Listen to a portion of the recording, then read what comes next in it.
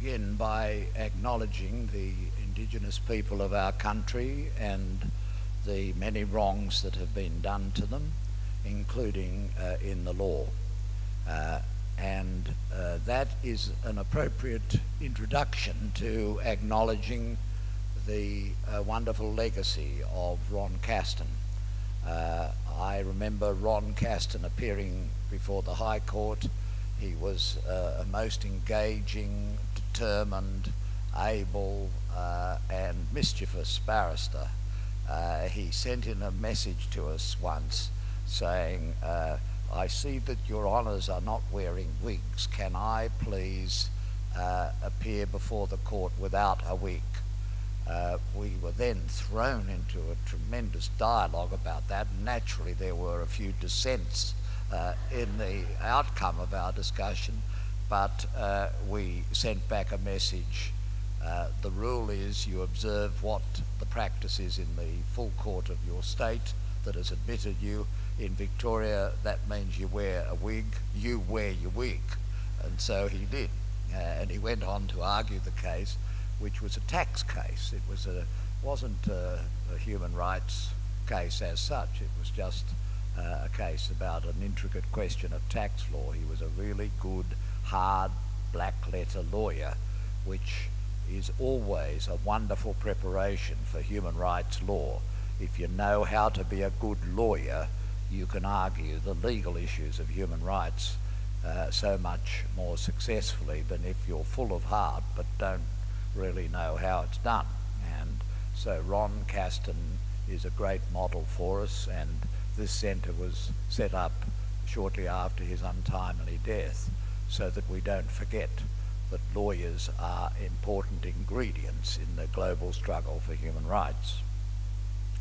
I'd also like to pay tribute to the three sponsors, the wonderful trinity which is here before us. And let me say their names: Cause and Holding Redlich and Morris Blackburn. These are wonderful legal professional firms, and they are supporting the endeavours of the Castan Centre and of this conference, and showing that sort of commitment not only in this setting but also in supporting pro bono litigation in the cause of human rights is a most noble and appropriate thing for law and lawyers to do.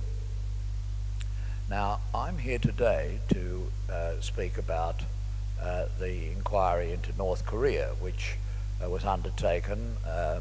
I was the chair of it, and it was established by the Human Rights Council. Before I begin that dialogue, I should explain that I was sitting quietly and peacefully in my seat on the Qantas flight down to Melbourne at a very early hour this morning, but then a vigilant Qantas flight director noticed that the galley had sprung a leak and large amounts of water was pouring forth. So the plane was taxied back to the station, and it took about an hour for it to be fixed up, so I apologise to you.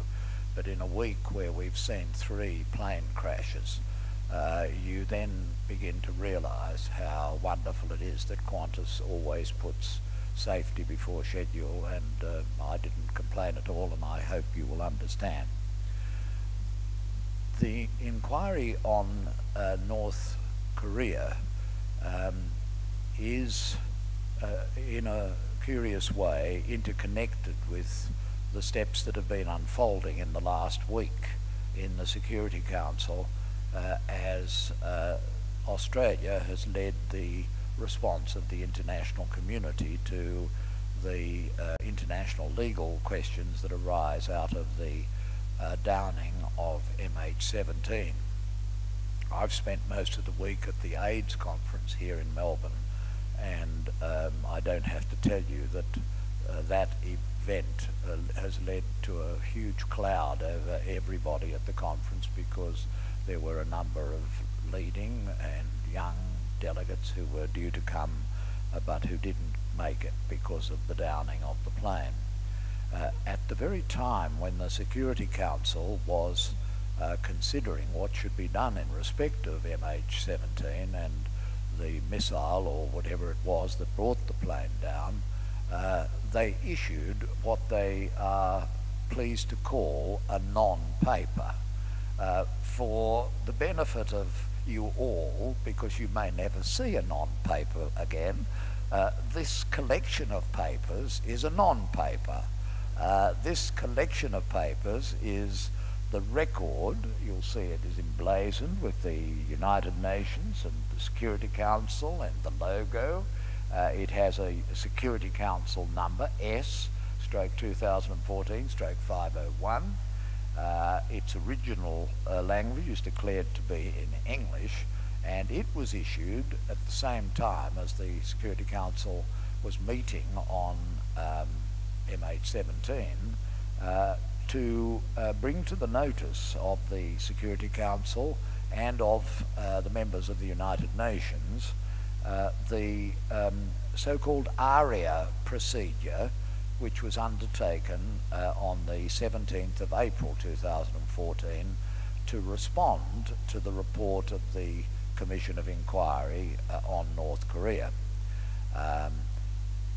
That action, the Aria procedure, grew out of a step taken about a decade ago by a then ambassador to the United Nations, Mr. Aria, who said, well, even if we can't get the numbers or get past any veto that might apply for consideration by the Security Council, where members think it's important, there should be a procedure so that members of the Security Council can come together and get a briefing on a matter of importance and potential importance to international peace and security.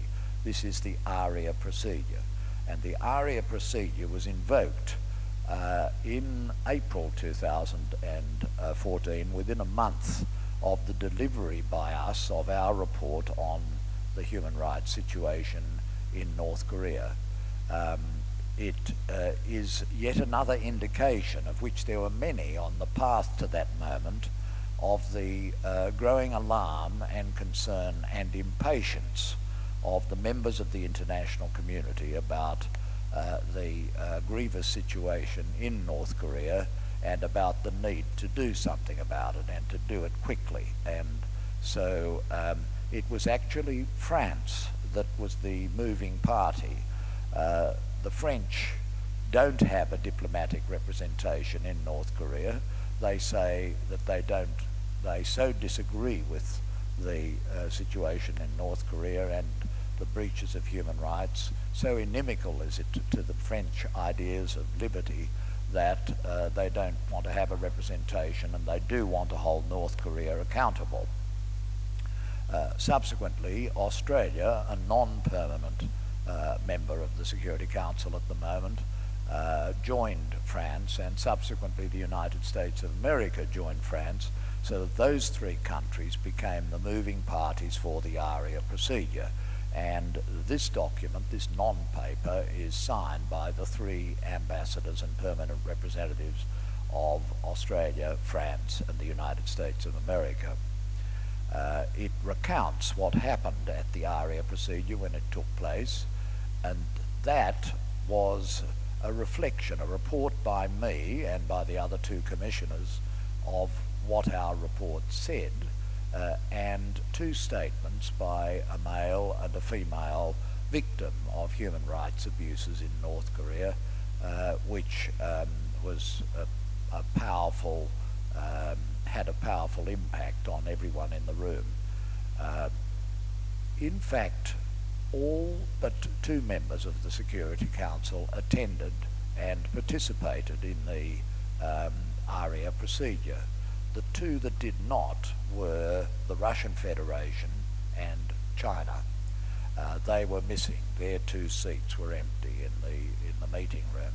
But all of the other members, including the presidency, which was Nigeria at the time, took an active part, and the participation indicated a high level of consensus in the international community represented in the Aria meeting that steps should be taken to bring the matter formally before the Security Council so that the report could be formally received and so that the recommendations could be formally considered, including the recommendation that the case of North Korea should be referred by the Security Council to the International Criminal Court.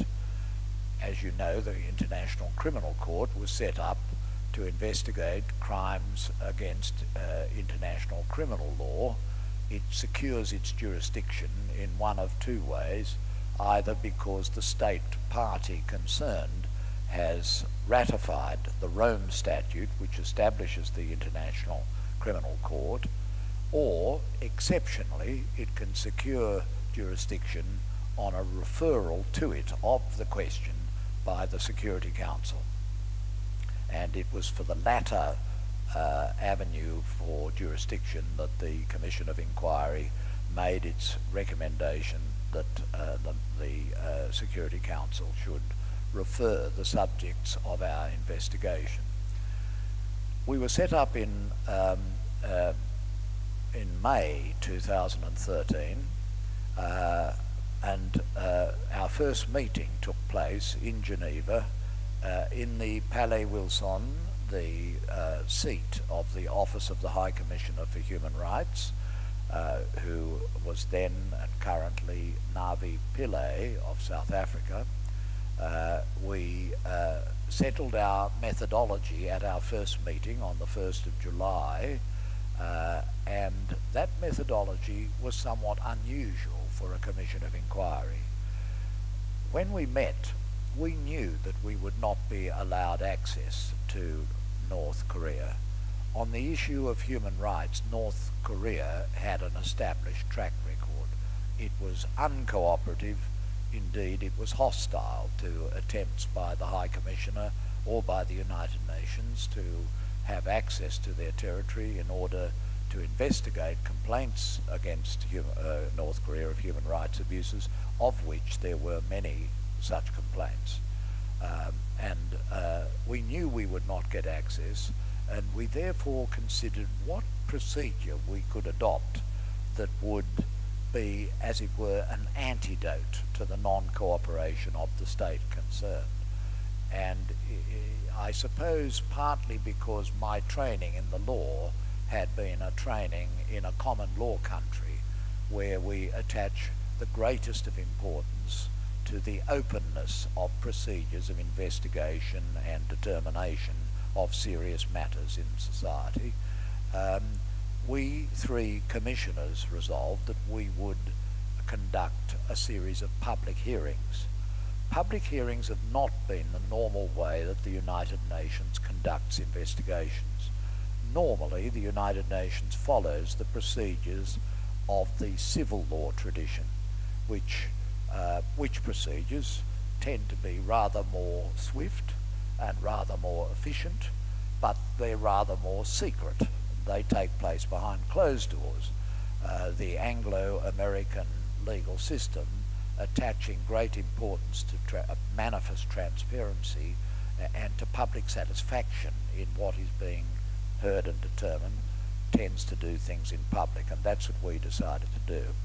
There are 26,000 refugees from North Korea now living in South Korea, and there are pockets of refugee communities throughout the world, including here in Australia. And therefore we had no trouble at all in securing witnesses and complainants. In fact, after we put our first advertisement calling for submissions, we received about 240 written submissions making grave complaints about the situation in North Korea. We had those interviewed by the Secretariat. We narrowed the number down to 80, and the 80 gave their testimony at a series of public hearings held consecutively in Seoul, in the Republic of Korea, South Korea, in Tokyo, Japan, in London, in the United Kingdom, and in Washington, D.C. And all of that material is available online.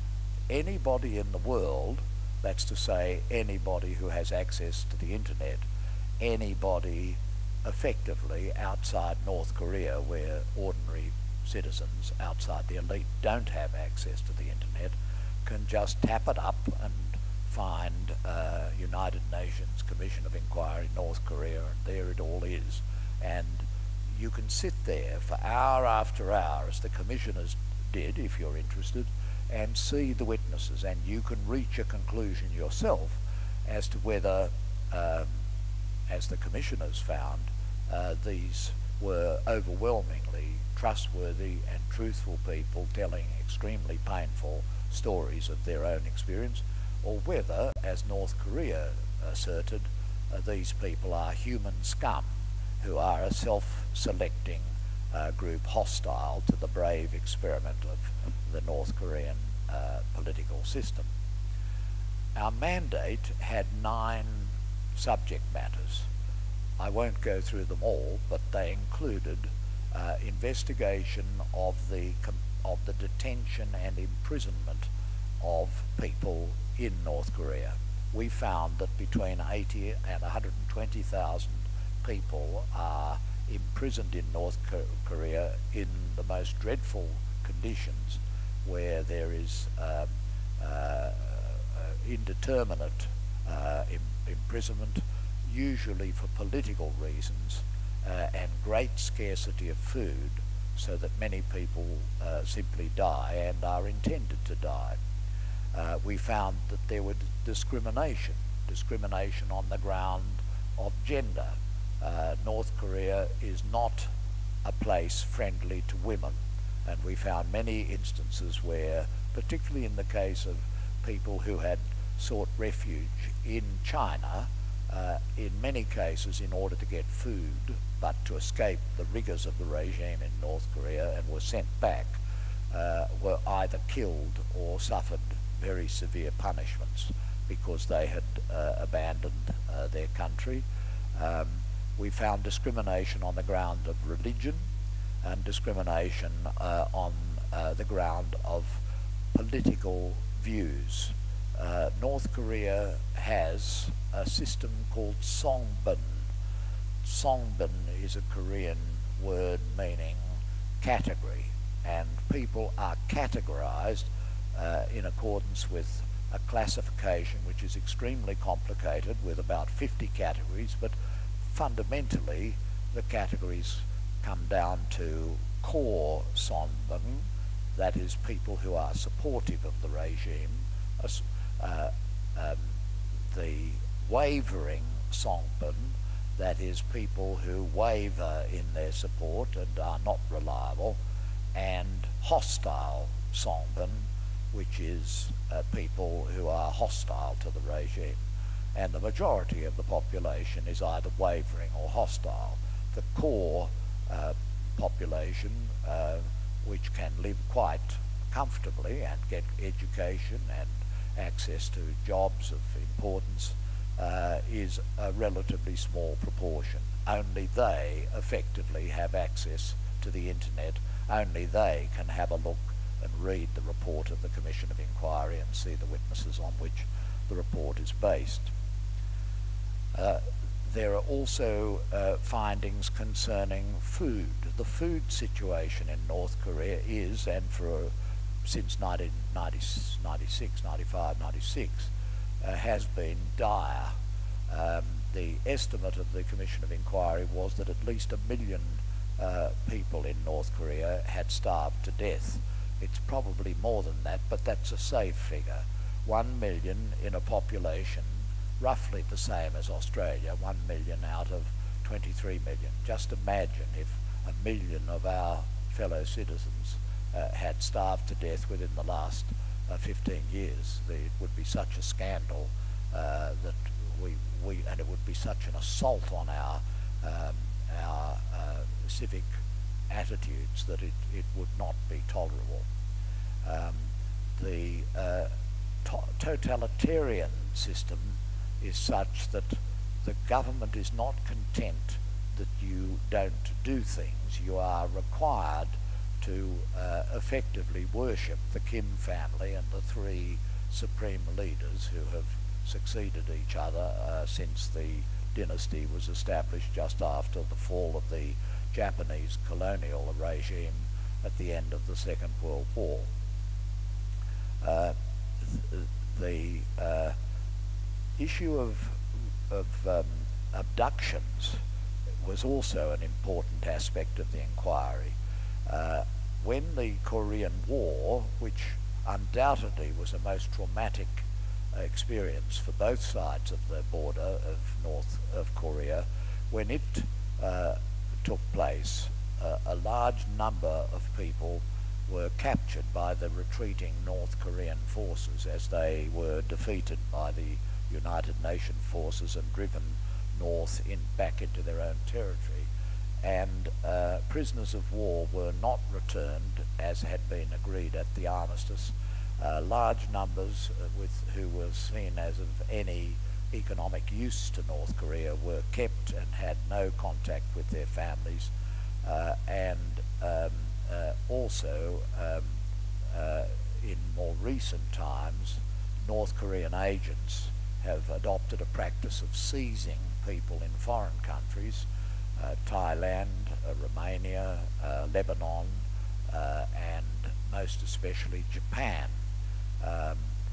That is a very curious story, and it is the source of the greatest outrage on the part of the Japanese government and people, and the Japanese were the main victims of this abduction policy, and you may have seen in recent months the efforts that are being undertaken by Japan and by Prime Minister Abe to have this issue reopened so that the families can at least know what happened to their loved one who was seized. A kind of arrangement was reached with Prime Minister Koizumi about a decade ago, by which the North Koreans kind of apologized for the abductions, promised to return all Japanese nationals, but returned in the end only a handful, and not the named Japanese who Japan claimed were abducted to North Korea. And in the case of one or two of the victims of abduction, it was said that they were killed in motor traffic accidents, each of which accident was remarkably similar to the other, and when analysed by DNA experts, the bones of the deceased that were sent back were found to be animal bones, not human bones, so that the whole matter didn't improve Japanese-Korean relations. It made them worse, because Japan considered that this was the ultimate disrespect to its nationals. So when we examined this, we had to answer a number of questions. One of them was whether the instances which we had found amounted to genocide. There's an interesting legal question here. Genocide, defined by the Genocide Convention, as it was drafted immediately after the Second World War and in the aftermath of the discoveries in the German concentration camps of the extermination of people on the basis of their ethnicity and religion. Genocide is defined as being a series of serious violent crimes against people as a matter of state policy on the basis of the nationality, ethnicity, race, or religion of the people concerned. And the problem for the Commission of Inquiry was that almost all of the crimes which we were inclined to find as reasonably demonstrated were on the basis of politics and social views, not on the basis of race or religion. The question was then presented to us as to whether we should suggest, as certain decisions of the International Criminal Tribunal for the former Yugoslavia have done, that the international crime of genocide has, since the convention, in terms of international customary law, continued to evolve to include crimes against a category in the population as a matter of state policy on the basis of political and social views. If that was so, then there was plenty of genocide in North Korea. An argument in favour of a widening of the concept of genocide was not only that the International Tribunal, in cases of Rwanda and Yugoslavia, had suggested that it had widened, but also that in the case of Cambodia, where I was Special Representative of the Secretary General for Human Rights back in the 1990s, you couldn't really say that the crimes of the Khmer Rouge were based on race, nationality, or ethnicity, and yet in common parlance, people talk about the genocide of the Khmer Rouge and most. And Professor Shabas came and he pointed to the history of the evolution of genocide and the fact that when the definition was being debated, a number of delegations, including Cuba, had said, well, you've got to extend it to politics and social views, but that was opposed at the time by the United States of America, who didn't feel that genocide should be unduly expanded. And in fact, the negotiating states didn't agree to the proposal to expand it. So you had the history of the evolution of the convention, and you also had the way in which genocide has been understood. But this was a point Professor Shabas made. One should not, in conducting a United Nations inquiry, think that unless you can find genocide, you haven't reached the gold standard. That the gold standard for horrible crimes is genocide, and therefore it is appropriate that you should expand the notion to encompass the kinds of activity which the convention definition was struggling to find. For example, in the case of the convention, it talks of ethnicity, race, religion, and nationality, and religion. The first three categories are things that people can't change. They're things they're born with. So if you're looking at religion, is not something you are necessarily born with. Generally, it's something your parents give you as you're growing up. I suppose in the case of Jewish people and perhaps other categories, who in the case of Jewish people, they receive, as I understand it, their Jewish identity through their mother. And so in that sense, it is something which is born in them, but that would attract the first three categories: nationality, race, ethnicity. Religion as a category normally is not something you're born with. It's your philosophy, your relationship with the Almighty, and to that extent it's more analogous to one's politics, worldview, and attitude to society. And so one can see the arguments both ways. You can see the historical argument and Professor Shabas's argument, but you can also see the argument for expanding the categories conceptually so that they include matters you're born with and matters that you derive, which are fundamental to your belief system. But in the end, we decided to proceed with caution, and we did not find genocide, and that then thrust us back to crimes against humanity. That expression has been used largely, widely in the last week, and it too is a defined term. and a category which certainly applied to the cases in North Korea, and we had no difficulty finding serious and grave instances of crimes against humanity over many decades and in all of the categories that we investigated. The report of the Commission of Inquiry was also unusual because whereas most reports of the United Nations are written by the officials, in this case we insisted, as I had earlier in Cambodia, on the commissioners being content with every word in the report.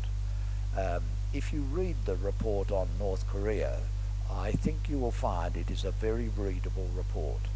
Part of the problem is reports are often written by people whose first language is not English, and unless you have that idiomatic and comfortable way of expressing it, it can sometimes have an artificiality and a rigidity which a native speaker can help you to avoid. But more importantly, the report on every second page contains an extract from the transcripts of the public hearings, and therefore every second page of the report is suddenly lifted up by the voices of the victims. They speak not mediated through the analysis of a professor, but they speak directly to the United Nations, and they speak of the pain and the injustice that they have suffered. And I think that these two features, the readability of the report, the power of the illustrations, which of course to us of the common law tradition is not an unusual thing. You read our discursive types of judgments of judicial officers and royal commissioners.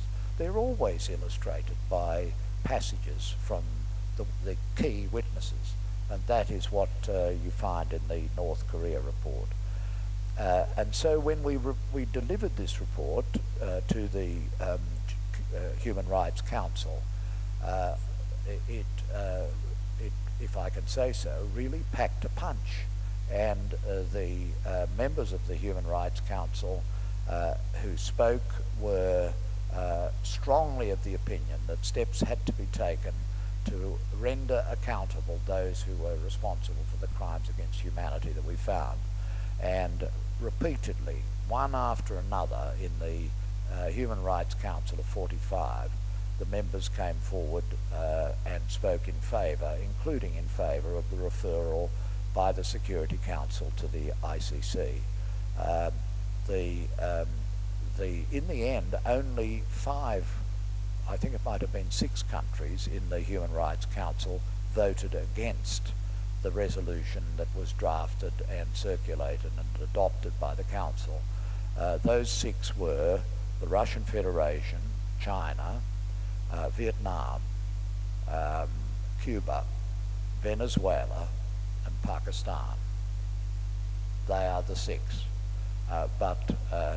And it was very interesting to be there in Geneva at the Human Rights Council and to have so many countries who were formerly members of the Soviet bloc coming up to us and saying, do not think for a minute, if this report does not immediately get action, that you have wasted your time. You have chronicled the suffering of the Korean people. What you have done will indicate when in due course of time they emerge from their current state, it will have shown that the United Nations and the nation states of the world were deeply concerned and did what could be done in order to secure attention in the United Nations system. Many people say to me, I don't really approve of the veto. I don't approve of it. In the United Nations, human rights are human rights. We should all be equal and there should be no veto, certainly on matters of human rights. I'm afraid I can't agree with that, because if you study history, you know that securing the United States participation in the League of Nations failed because of notions of American exceptionalism, and the notion was present in 1945, and if there had not been a veto, the likelihood is that the United States of America would not have joined, or even if President Roosevelt and then President Truman had wanted to join, the Senate would not have agreed to sign off on that treaty. And likewise, the Soviet Union at that time. It's very unlikely that Stalin would have agreed to join without the veto. So the veto has been the price we have paid for this very strange compromise we have, that 5 great powers have this so-called power of veto. The word veto, of course, is not used in the Charter. What is required is that the vote, to get a vote of the Security Council, must have the concurring vote of the 5 permanent members. But that requirement is the price we have paid for securing the United Nations and securing the progress that we have secured. I think that's basically all I came to tell you. You can look at the report online. It has been widely praised in the United Nations system, but we 3 commissioners resolved that we would not be happy with just producing a beautiful report or producing something that people said was readable and powerful. If it doesn't improve the situation of human rights, it has not succeeded.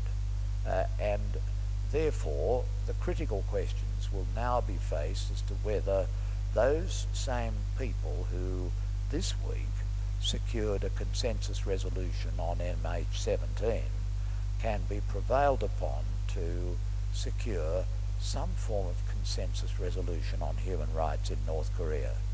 I'm far from writing off that possibility. The Russian Federation now doesn't have a lot of connection with North Korea. The days of the Soviet propping up of the regime are over. They have a common border, but their connection now is mainly historical and sentimental. China has many, many connections, but China has many reasons to be concerned about a nuclear country as its neighbour, which is extremely unstable, as we saw with the rapid trial and execution of Jang Song-tek, the uncle of the Supreme Leader, within a space of 4 days back in December. A country which can resolve important political questions in that way, alien to human rights, is potentially a very dangerous neighbour. And interestingly, China has only used its veto since the PRC secured the China seat 10 times. The Soviet Union and Russia have used it something like 380 times, the United States of America about 250 times, Britain about 100, France a handful, and China, I think France is about 30 or 40, and China 10. Vetoes are not the Chinese way. China likes to find consensus and common ground. So that will be the challenge in the months and years ahead. Far from here where we are meeting in Melbourne, and far from Geneva, and far from New York where the Aria procedure took place, are people in North Korea who don't know anything about the United Nations. They don't know anything about the Commission of Inquiry. They don't have access to the internet. But I have to say, on this matter, the United Nations has acted in the way the Charter and the great human rights treaties anticipated. Everything that should have been done has been done. And I'm still hopeful that in the end, the report of the Commission of Inquiry on the Democratic People's Republic of Korea will contribute to human rights in that peninsula, because the affronts to human rights are so widespread, prolonged, and grave. Thank you very much.